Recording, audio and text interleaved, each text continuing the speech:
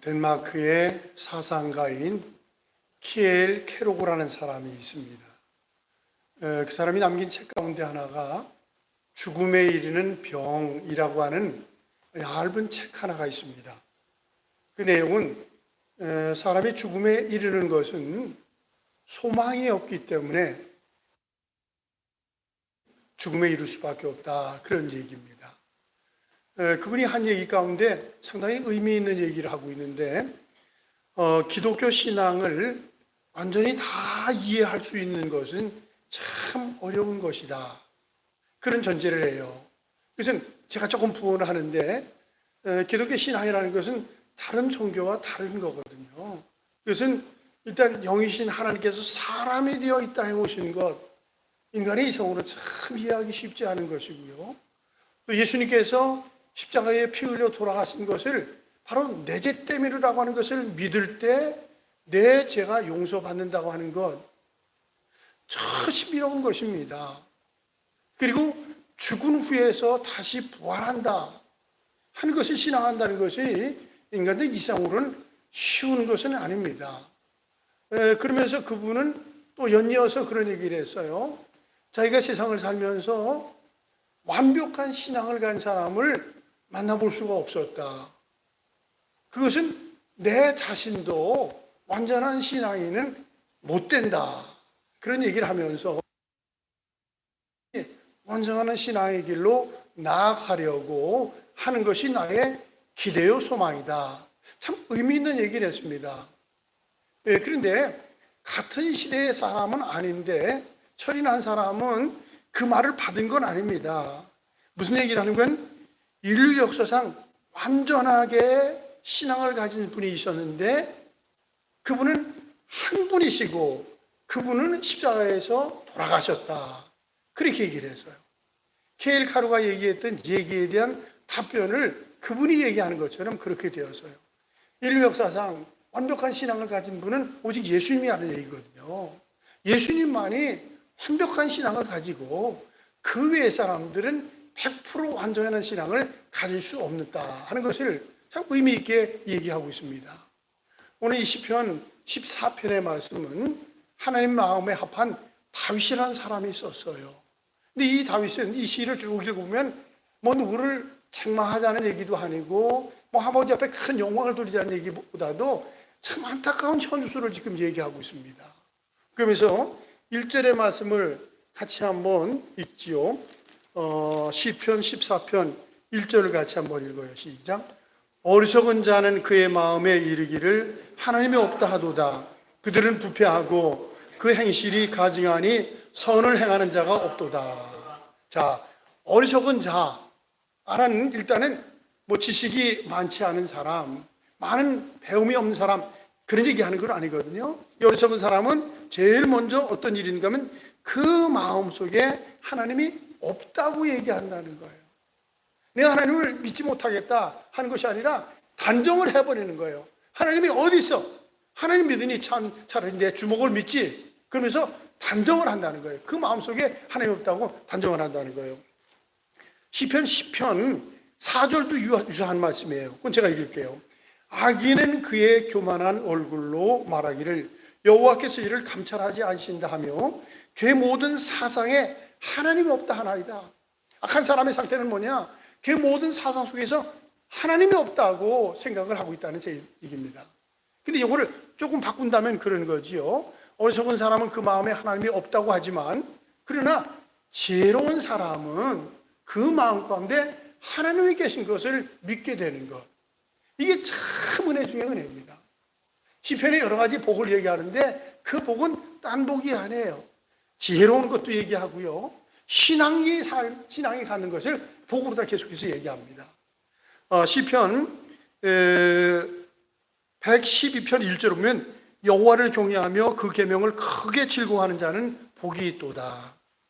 그리고 시편 120편 1절을 보아도 여호와를 경외하며 그의 길을 걷는 자는 복이 있도다. 계명을 즐거워하고 그의 길을 걷는, 믿음의 길을 걷는 그 자체는 다 복이 있다고 하는 것입니다.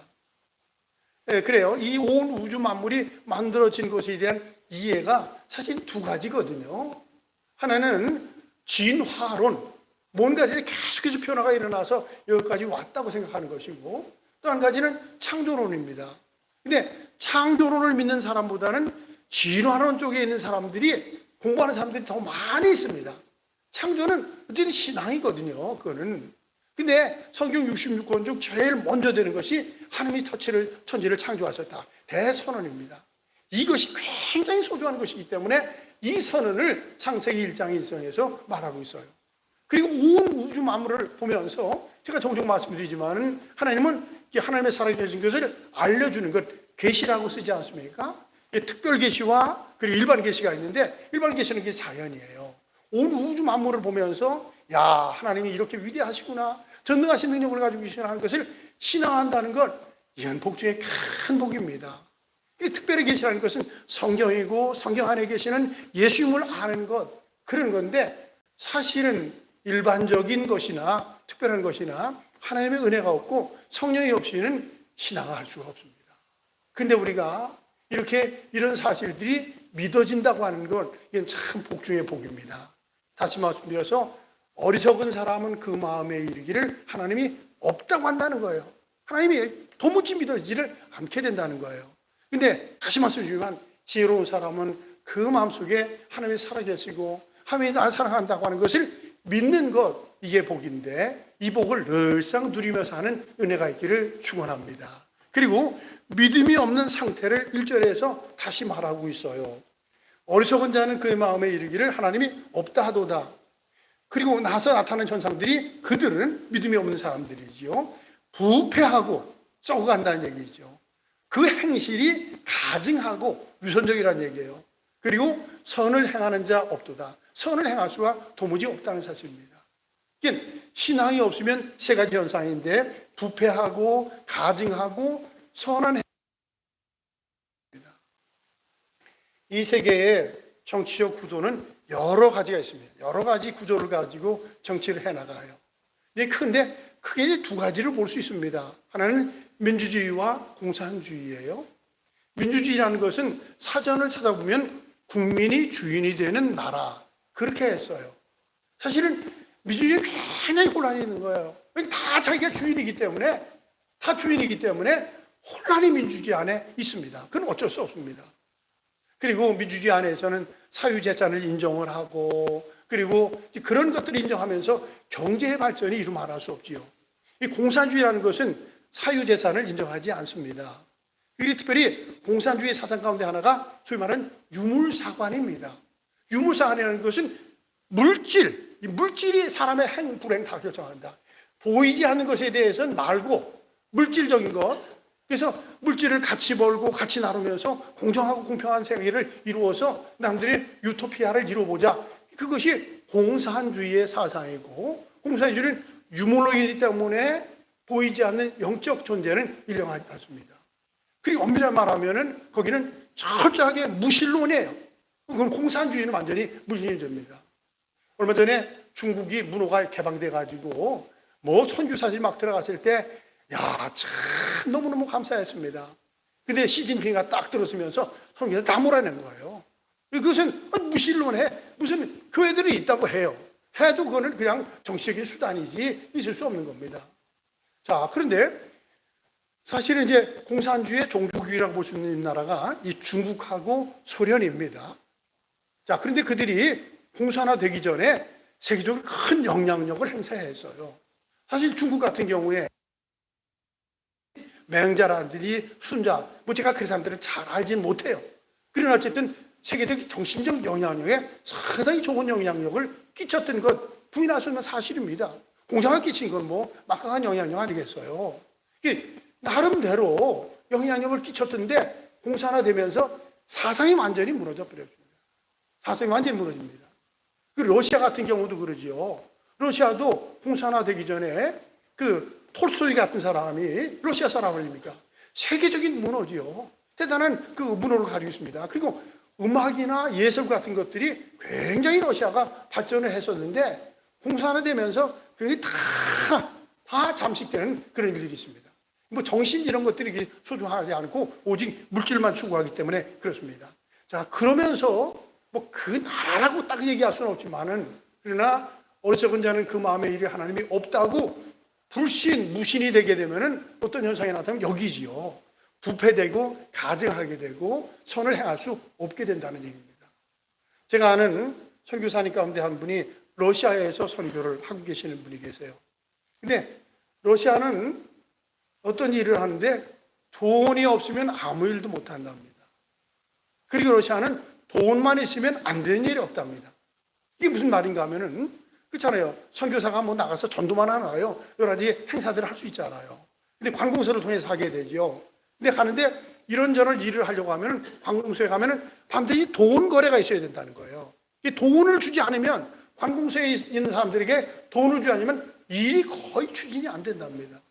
근데 안 되는 일도 거기에 팁을 딱 얹어주면 그냥 일이 일사천리다 추진하게 되는 거예요. 이 말씀드린 대로 러시아 같은 나라는 돈 없으면 안 되고 돈 있으면 다 된다. 완전히 부패된 상태, 그 상태를 지금 얘기하는 거예요. 사실입니다. 그런가 하면 이 신앙은 전혀 다른 것입니다. 자, 호주 말씀에서 어리석은 사람은 그 마음에 이르기를 하나님이 없다고 하고, 그리고 뭐 그렇게 믿으니까 그렇게 사는 거죠. 그러니까 세 가지가 나타나는데 부패하고 가증하고 그리고 선을 행할 수 없다는 얘기입니다. 그러나 바꿔 생각할 수 있죠. 지혜로운 사람은 그 마음 가운데 하나님이 살아계신다. 그러면서 내 심령은 삽니다. 살아있을 수 있습니다. 그리고 내 삶은 정직과 진실의 길을 걸어갈 수 있습니다. 그리고 내 의가 아니라 하나님의 의, 하나님의 선을 나타낼 수 있습니다. 이게 다 하나님의 은혜예요. 지금 상태가 어떻게 되는지 모르지만은 그 포항에 있는 한동대학 같은 경우에는 참 귀한 대학입니다. 그 대학은 기독교인 가운데 창조과학 그 모임이 있는데 그 모임에 있는 사람들이 기독교인 지도자를 한번 세우자. 근데 그런 생각을 가지고 있었는데 그게 이제 오늘의 교회와 연합을 했어요. 그래가지고 오늘의 교회가 독단적으로 하는 건 아니지만은 오늘의 수석하는 여러분들과 함께 힘을 합쳐서 포항에다가 대학을 세워가지고 그 안에다가 학생들을 모집을 하고 훈련을 시켰어요. 이 표어는 그들이 가지고 있는 표어는 우리는 세계를 변화시킬 수 있다. 그 표어를 가지고 그리고 교훈이 사랑과 겸손과 봉사예요. 이게 다 믿음 안에서 사랑하고 그리고 겸손하게 봉사하면서 이게다. 그러면서 철저하게 신앙을 심어주는 거예요. 그리고 한 가지 참 다른 대학도 하고 있는지 모르겠습니다. 그 대학에서 하고 있는 그 가운데 하나가 무감독 시험이라는 거예요. 무감독 시험. 이 시험이 치러지는데 시험을 치를 때 과대표가 교수한테 찾아가가지고 교수님 시험 주십시오. 그리고 과대표가 갔다가 가는 거예요. 가가지고 쭉 놀아주는 겁니다. 그러나서 과대표가 다 걷어가지고 교수님 갖다 주는 거예요. 시험을 치는데 교수가 오지 않는 거예요. 무감독하는 거예요. 근데 어떻게 내 실력 내가 하는 거예요. 그냥 내가 진실하게 뭐 누구 거를 볼 것도 없고 참고할 것도 없고 그냥 진실하게 정직하게 하는 거예요. 진실 정직이 생명입니다. 그리고 심한 경우에는 시험지를 집에 가져가도 괜찮다. 그러나 다른 것들을 컨닝하거나 다른 것들을 도용해서는 안 된다. 내 실력을 가지고 하라. 그게 생활이고 그게 그냥 틀이 잡힌 거예요. 깜짝 놀란다는 얘기죠. 거기서 훈련받은 학생들이 한동안 직급을 어떤지 모르겠어요. 어쨌든 졸업만 하면 회사에서 막 스카우트 할 정도가 됐다는 거예요. 왜? 정직이 훈련이 되기 때문에 진실 훈련이기 때문에 믿거나 하고서는 데리고 온다는 그런 얘기입니다. 이 말씀을 길게 드리는 건 그거예요. 우리 말씀은 1절에 보면은 어리석은 사람은 그 마음에 하나님이 없다고 하게 되고 그러니까 마음은 부패하고 모든 것들을 가증하고 선을 행할 수 있는 능력이 도무지 일어나지 않습니다. 그러나 지혜로운 사람은 그 마음 가운데 하나님의 살아계신 것을 믿을 수 있습니다. 이 어떤 순간에도 생기 있는 삶을 살 수 있고 그리고 나서 진실과 정직의 길을 걸어갈 수 있고 내 의가 아니라 하나님의 의, 하나님의 선을 이루어나갈 수 있는 은혜가 있게 된다는 사실입니다. 자, 그러면서 또 이어지는 말씀을 보십시오. 2절, 3절 같이 한번 읽죠. 시작. 여호와께서 하늘에서 인석을 굽어 살피사 지각이 있어 하나님을 찾는 자가 있는가 보려 하신즉 다 치우쳐 함께 더러운 자가 되고 선을 행하는 자가 없으니 하나도 없도다. 이 어리석게 무신론적인 삶을 살아가는데 하나님께서 하늘에서 하감하시는데 누가 하나님을 찾는 사람이 있나? 믿음의 길을 걷는 사람이 있나? 찾아보니 한 사람도 하나님을 찾는 사람, 믿음을 가진 사람이 없다고 하는 사실입니다. 그리고 이 말씀 가운데 보면 다 치우쳐 함께 더러운 자가 되었다 하는 것입니다. 믿음이 있는 사람들은 항상 중심을 가질 수가 있어요. 그러나 믿음이 없는 사람들은 마음이 늘상 우왕좌왕 치우치게 됩니다. 그리고 모든 것들 선의 기준도 다 자기가 중심이 돼요. 나한테 잘해주면 좋은 사람, 나에게 나쁘게 한 사람들 나쁜 사람. 애들 그렇잖아요. 애들 특별히 손주들에게 제일 좋은 사람은 엄마 아빠 그리고 할아버지 할머니예요. 그게 할아버지 할머니가 참 좋죠. 엄마 아빠는 때로는 질책하고 책망을 합니다. 그러나 할아버지 할머니가 언제 손주들에 대해서 질책을 하고 책망을 하냐. 뭐냐 그래 아유 내 새끼 하잖아요. 제일 좋은 거예요. 제일 좋은 거예요. 애들이 분별력이 온전하지 않습니다. 다 기준이 나를 중심으로 해서 하고 있는 거예요. 근데 잘못된 신앙, 믿음이 온전하지 못하면 다 치우쳐 자기 중심적으로 인생을 살아간다는 얘기죠. 신앙도 그렇습니다. 얼마 전에 제가 어느 찻집에 들어가서 있었던 적이 있었어요. 그랬더니 넓지 않은 찻집이었는데 옆에 여자분들이 몇 번 들어오시더라고요. 들어와서 대화를 하는데 교회 얘기를 쭉 하더라고요. 목사가 교회를 얘기를 듣는데 참 반갑지요. 너무 좋지요. 그러면서 한 서너 분 이렇게 앉아 계신데 연세진 권사님이 젊은 집사님들 같아요. 집사님들에게 권면을 하더라고요. 교회에 잘해야 된다. 이것도 잘해, 이거 저거 잘해, 교회 충성. 그게 내 마음 가운데 박수가 일어나더라고요. 저 권사님 참 훌륭하다. 그렇지. 교인이 교회에 충성을 해야지. 참 좋은 지도를 한다. 그리고 중심으로 감사했어요. 얘기를 한참 듣다 보니까는 그렇게 해야 남편이 속썩이지 않고 애들이 말씀 부리지 않고 그리고 그래 당신 잘 되려면 교회에 충성해야 돼. 그렇게 틀린 말은 안 해요. 그 얘기를 쭉 들어보니까는 미신 믿는 거하고 너 잘 되기 위해서. 근데 그거를 쫙 받아들이고 설득력이 있는 거예요. 근데 그건 사실은 신앙의 근본, 물론 거기서 시작은 되어지는 것입니다. 그러나 항상 나를 중심으로 하는 것은 그건 기독교 신앙이라고 볼 수가 없는 것입니다. 다 치우쳐 자기가 중심이 되는 건 이거는 온전한 신앙이 아닙니다. 정말로 믿음의 눈이 뜨면 바울과 같은 위대한 신앙을 우리가 쉽게 가질 수가 있겠습니까? 먹든지 마시든지 무엇하든지 하나님의 영광을 드러내라 하는 그 위대한 말씀을 하고 그렇게 살았지요. 그러나 중심적으로 하나님을 기쁘시게 하는 것, 그것이 신앙이고 사실 그렇게 되면 잘 되는 것입니다. 이게는 애매한 차이지만 내가 잘 되기 위해서 무엇을 하는 것이 아니라 하나님의 큰 사랑을 경험해야 되겠지요. 그리고 하나님 앞에 이 모양 저 모양 교회에 대해서 헌신하고 충성을 하면 하나님이 그 삶을 책임지고 보호하시고 축복을 해 주십니다. 자, 그런데 이 신앙을 온전히 갖지 못한 사람들은 다 치우친다. 다 자기 중심적이고 다 이기적인 삶을 살아갈 수밖에 없다고 하는 사실입니다. 그러나 다시 말씀드려서 신앙을 갖기 시작하면 지혜로운 사람이 되면 그 중심이 하나님을 향하게 되고 주님을 기쁘시게 하게 되고 그래서 또 은혜와 그래서 복을 누리게 됩니다. 이 말씀은 다 연이어지고 있어요. 4절을 보면 죄악을 행하는 자는 다 무지하냐 그들이 떡 먹듯이 내 백성을 먹으면서 여호와를 부르지 아니하는도다. 그러나 거기서 그들을 두려워하였으니 하나님이 의인의 세대에 계심이로다. 자, 근데 신앙이 없이 사는 사람들의 특징을 5절에서 말하고 있어요. 그 특징은 마음 가운데 두려워하고 두려워한다는 얘기예요. 마음에 두려움과 공포가 있다는 얘기죠. 그래요. 미신을 섬기는 사람들과 예수 믿는 사람들은 신앙적 차이가 엄청나게 납니다. 미신을 섬기는 사람들은 늘상 공포에 있는 거예요. 사람들이 어떻게 그래서 액땜을 하고 그런 식으로 살아가는 거예요. 그러나 신앙에 와서 항상 하나님이 지키는 것을 믿으면서 여유롭게 살아가요.